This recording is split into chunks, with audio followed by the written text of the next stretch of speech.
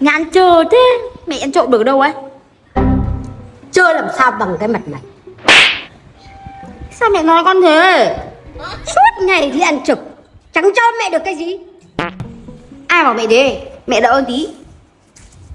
Đây nhá, hôm trước mẹ bảo là cho mẹ con nửa quả mít, không dám cho mẹ cả quả. Ghê quá nhờ.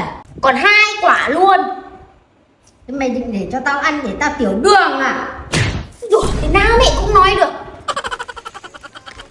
Được cái mẹ cháu đi đâu cũng nhớ mẹ, nên là sáng nhà hàng xóm bứt cho bò ăn không hết, mẹ cháu nhặt cho bà ấy. Ôi giời ơi. Chắc đấy. Quý hóa quá nhờ. Mẹ không phải thế đâu, chứ mẹ nghe làm gì mồm cái thằng trẻ con đấy. Đây, tao không thèm. Thôi mày mang về nhà mày, mang về nhà mày đi.